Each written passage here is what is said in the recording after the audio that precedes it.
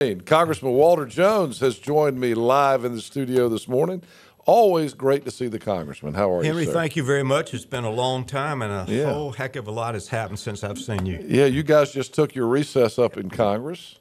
Well, and you usually take on. Let me say that toward the end of the interview, by the way, if you got questions for the Congressman, he has agreed to take some phone calls this morning at 561-8255. But don't call right now. Give us a few minutes to kind of chat about some issues, and then we'll try to leave some time at the end of the interview to allow folks to call in if they got questions for you, Congressman. Henry, in fairness to my colleagues, most members of Congress, I have never taken but one overseas trip in 20 years, and that was down to Panama for the Armed Services Committee. Some members take these codels. I do not and will not. It's not fair to the taxpayers.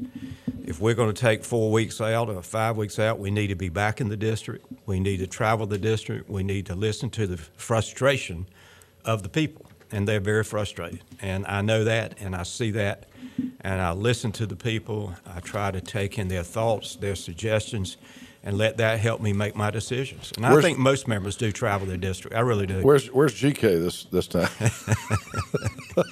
Well, I don't know a thing about anybody else's schedule but mine, and I would think that he would be delighted to be on your show. Oh, I'm sure he won't.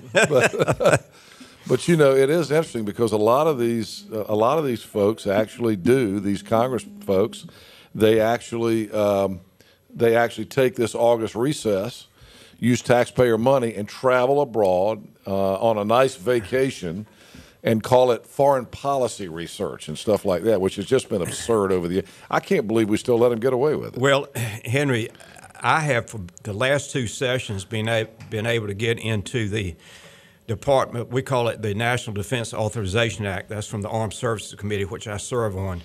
Language that says if you're going to take an overseas trip and not going to visit the troops in foreign countries, but you're going overseas, that you must file immediately the cost to the military, because many times these trips are made with military planes. Yeah. And I think that the military budget is getting tighter and tighter. We see cuts coming left and right, and it's going to be worse in 2015. And I'm with you. If you're going to take these trips, then you should have to explain it to the voters back in your district. Yeah. So all you're doing is disclosure.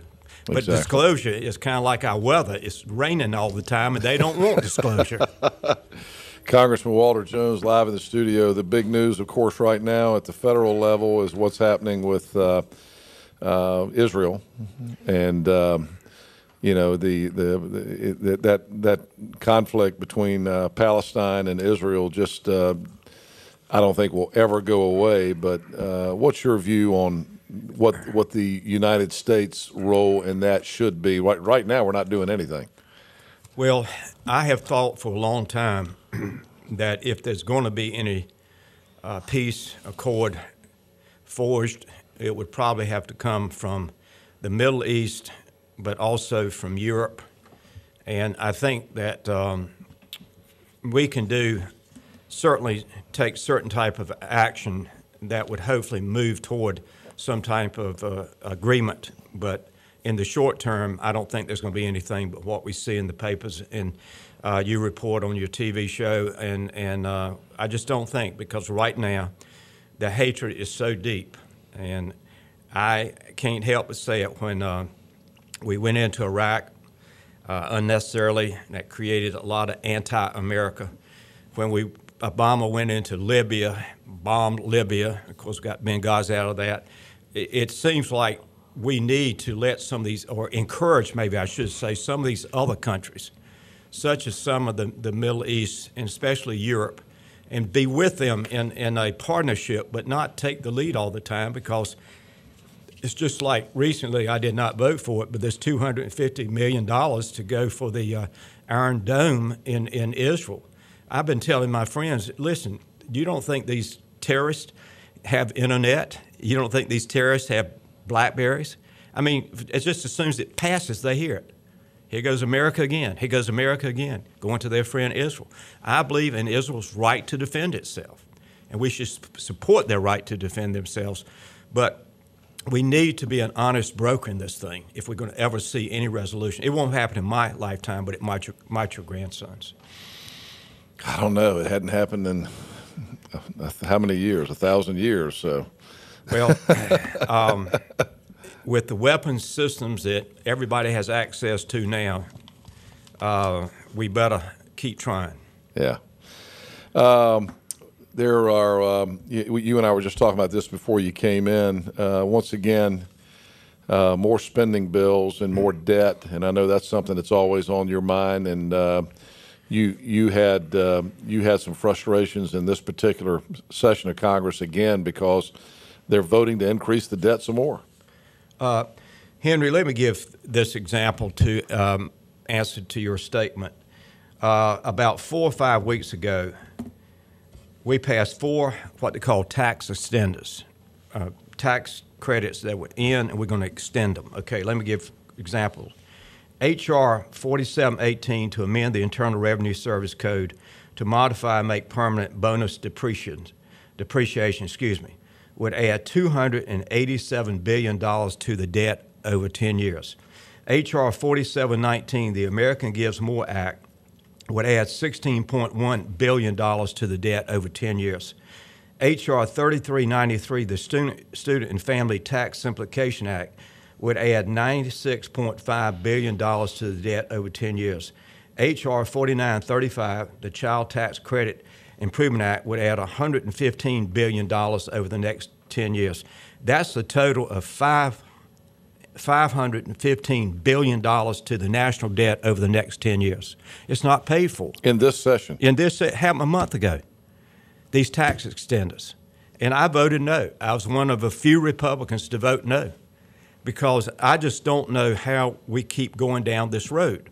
As you've heard me say many times, and I said it during the primary, the last time I voted for a debt increase was 1997. It was $5.7 trillion. Our debt was $5.7 trillion. It is now well over $17 trillion. And when we get $20 or $21 trillion in debt, then you start seeing strange things happen to the economy. I don't want to see that happen. Strange things have happened to the economy. Well, they happened already. Exactly. Well, it's just, and I raised Cain the other day about Afghanistan, and we're spending billions over there. We had testimony, and I brought this up. It was a Washington Post article. Afghanistan may have lost track of more than 200,000 weapons. Good Lord. These are small-type weapons. They could be machine guns, pistols, whatever. We've been given to the Afghan National Security Force. That's their army. Mm-hmm. And we know that 200,000 of these weapons, we don't know where they are. Okay, this article will tell you we're not even looking into the Afghan police force and where their weapons are. This is U.S. weapons? Yeah, that we've been given to the military over there. Well, they're not lost. They've just been stolen, probably. Well, they're probably in the hands of the Taliban, yeah, the or worse than that, could be ISA. I don't know where it is. How in the world does that happen? Henry, it's sticking Uncle Sam's nose into everybody's business. Yeah. You cannot, if we can't keep accountability right here in America of our own treasury and spending all this money we don't have, how can we expect the Afghans, who most of them are illiterate? I mean, they've never had education. Right. All right, we'll open up the phone lines. If people have got some questions that want to ask Congressman Jones, we'll open up our lines at 561-8255, 561-8255. If you've got a question for Walter Jones, call us this morning, and we'll put you on the air. You can ask your question directly to the Congressman. You know, the Affordable Care Act is now 100% in force, and we keep hearing that it's going to have to be revamped. It's going to have to get undone, that parts of it are going to have to get undone. Federal courts have already ruled some of it unconstitutional. States are struggling. I mean, like the state of North Carolina. I mean, the biggest problem that the state of North Carolina has right now is wrapping their arms around Medicaid and dealing with the federal government on Medicaid. And, you know, the guys up in Raleigh are having a hard time dealing with that and finding a way to deal with all of that.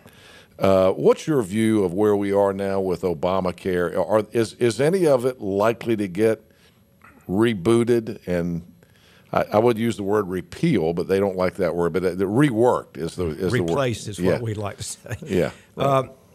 Henry, the politics is that we would have to change the Senate. Yes, Obama would still be the president, but if you could change the Senate, then you could force certain changes in the Affordable Care Act that I believe sincerely would help all of us who are in the system. I'm in the system, as you well know, as a federal person, but that's the only way it's going to happen. You have to have control of the Senate, and don't get me wrong, I don't think President Obama is going to say, send me the bills, I'm for tweaking my law, but I do think he would have to do support certain changes that would be in the best interest of the American people. I don't think it will ever be a successful program, quite frankly. I think the frustration we see right now will continue years down the road until we are able as a nation to change the law, because it is absolutely, it's confusing, it's complex, and it's making a problem worse. I don't know if you heard me earlier. I was talking about this new CNN poll that was released where Americans really wish they had elected Romney instead of Obama. A CNN poll showed that that Romney, if the election were held today, that Romney would win at 49 to 45%, meaning that a lot of people in the middle, independents, have probably kind of seen the light on Obama and would make the decision not to vote for him again today. Does that mean Romney should consider running again? What do you think about that? Well, the party is looking for a leader right now. Well, I think this is where some Republicans would disagree with me. I'm very much a Rand Paul person. I believe we need a constitutional leader of this nation who believes in the Constitution, and I believe sincerely that Rand Paul, Ted Cruz, I think any of these individuals, and there are probably some in states I don't even know, but we've got to America's got to go back, in my humble opinion, to the times of Ronald Reagan, where people started feeling good about their country, knowing that we're not going to change anything overnight. That will never happen. But you got to start down the road. My simplistic analogy is this: America is in the ditch. We got to get out of the ditch. We got to start down the road of rebuilding America. We got to start down the road of success. And until we get out of the ditch, we can't start the process. Congressman Walter Jones, live in the studio here with us this morning. We got some phone callers waiting. Love to hear from you. 561-8255. 561-8255. Give us a call. We got about 10 minutes left with the Congressman, and you'll have a chance to ask your question directly to him. 561-8255. Let's start it off with Mike, who's calling in this morning. Good morning, Mike. You're on with Congressman Jones. Good morning, Mike. Good morning, Henry. Good morning, Congressman. Yes, sir. He's listening. Go ahead. Okay. Question. Over the last 6 years, there's been over 2,000 federal regulation increases that have gone through as law. What can Congress do about this? It seems like the president, again, is overstepping his bounds by telling his department heads to create new regulations, which is hurting business considerably, in my view. Well, Mike, there's two answers to that. One is we have passed in the House, and sometimes in a bipartisan way, relief for these regulatory, to oversee these regulatory agencies. The Senate will not take the bills up. I am one that believes sincerely that the Constitution says that when a president, be a Republican or a Democrat, when a president exceeds his authority, and you can't stop the president from exceeding his authority, then we do have what's called impeachment, and that thanks to Alexander Hamilton, he felt that the Congress needed to use this process to get the attention of the president, and if the president had lost the public trust, then to move forward in that area. A lot of people, we recently had a vote to go to the federal courts. I did not vote, Mike. I did not vote for that for this reason. I was one of five. I have, since I've been in Congress, twice I've gone to the federal courts with my colleagues. One, when Bill Clinton was the President of the United States, he bypassed Congress to bomb Serbia. I went with 22 fellow colleagues, and 3 or 4 were Democrats. We went to the federal courts. Tom Campbell led the charge. He's a law professor from California who was in Congress at the time, and we were kicked out of the courts. Then, when President Obama bombed Libya by bypassing Congress, and you saw what's happened there now, it's in total chaos.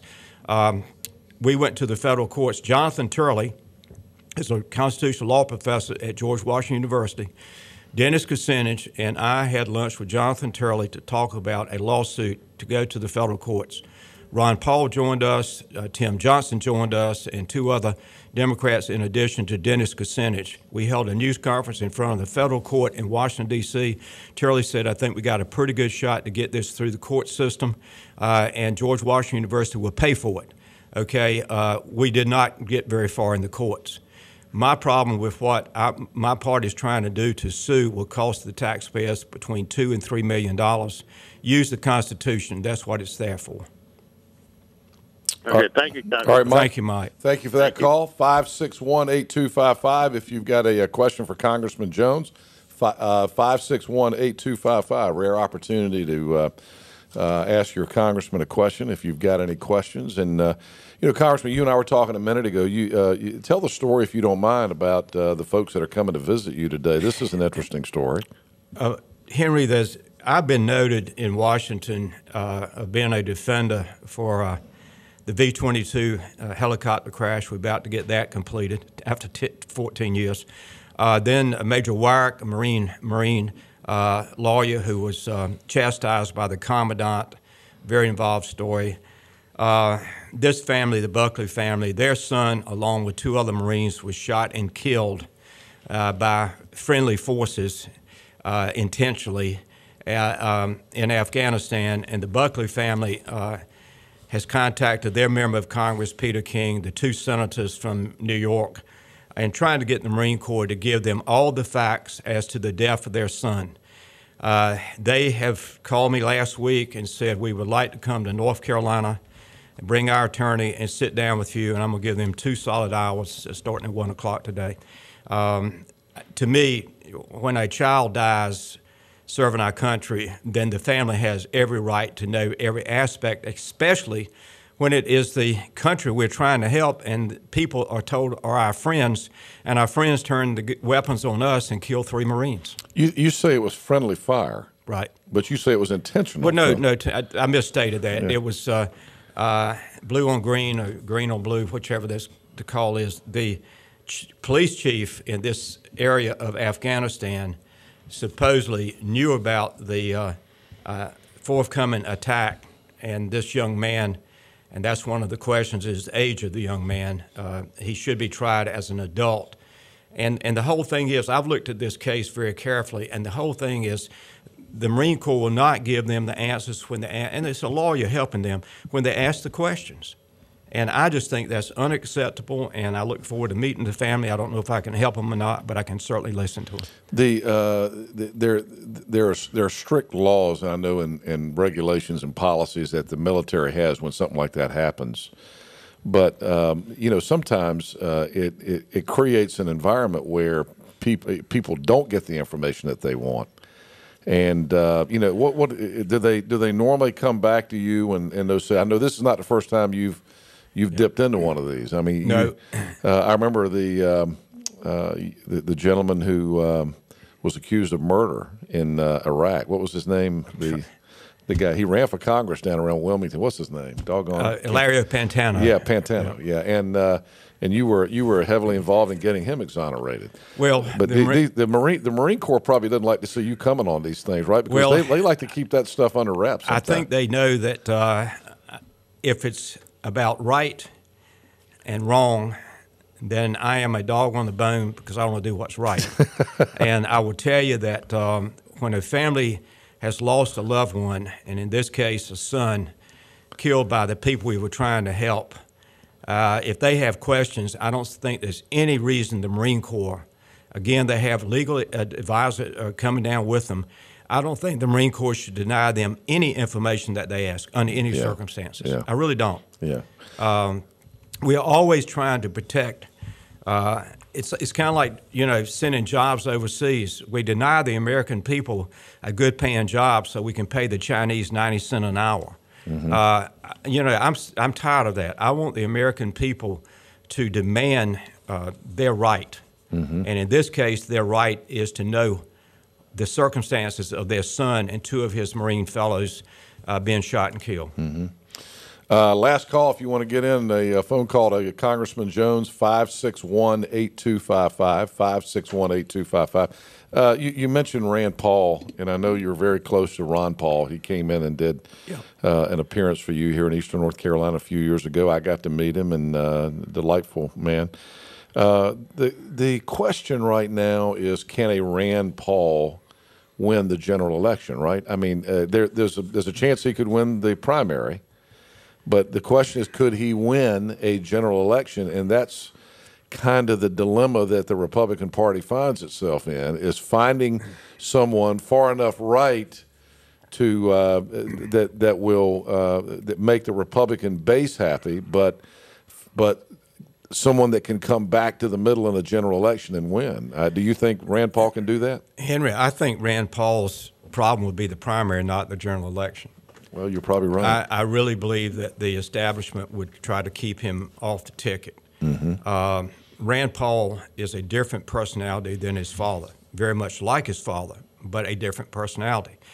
And I would honestly say that after 2 more years of the current administration, America is going to be hungry for an individual who puts America first, puts the Bible first, puts the Constitution first. And I just don't think, Henry, I think 2015 is going to be a tougher year for our country than 2014. And I on the ballot in November, I don't know what will happen in November. Tougher in what way? The financial situation. Right. I mean, I think, look at all the cuts that have taken place this year at the state level. I'm not speaking to the state level, but some of those cuts are coming because of what's happened at the federal level. And most of the problems with the state budget is the problems with the federal Medicaid program. Well, that's true, and that's a broken system. And what we're doing is that even Secretary of Defense Chuck Hagel has made the statement that 2015 could be a devastating year for our military. And in terms of cuts? Yes, you can't keep growing the debt of our nation and expect to have any money to spend. That's why, again, we raised the debt ceiling. So America can borrow more money from foreign governments to pay last year's bills. You and I do that in our family, and we're headed for trouble. So is Uncle Sam. It was interesting. We borrow so much money from China. And then last night, if you saw 60 Minutes, the piece that Leslie Stahl did on 60 Minutes last night was frightening, because we think of China as being rich, and people, they've got all the money, right? We're borrowing the money from China, yet they look like they are heading for a huge real estate bubble bust in China right now, because people in China have started buying, they're allowed to own their own homes now, which they weren't for many, many years.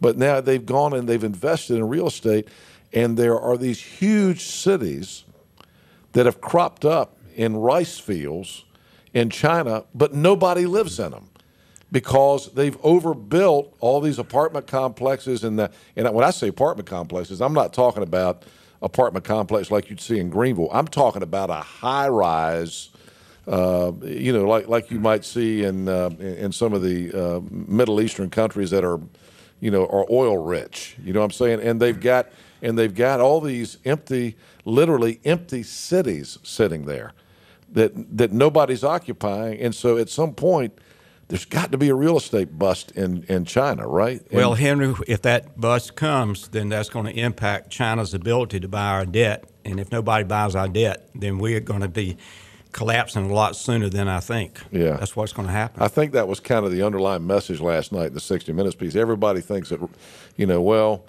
just keep borrowing from China, but there's going to come a time where China's got nothing to lend. Well, Henry, when you know this, it's just like when you do loans locally. When the bank has confidence in you and they make the loan, then things move along in a positive way. But the bank doesn't have any confidence in you, and I'm talking about America now, then they're going to start lending you money and buying you debt. Exactly. And I think that's why I really believe, whomever it is, I mentioned Rand Paul, but it could be somewhere else. America is going to, I tell this all the time in Washington. We are a 12-hour clock. There's no 1 a.m. on this clock, and we're in the 11th hour of a 12-hour clock. There's no 1 a.m.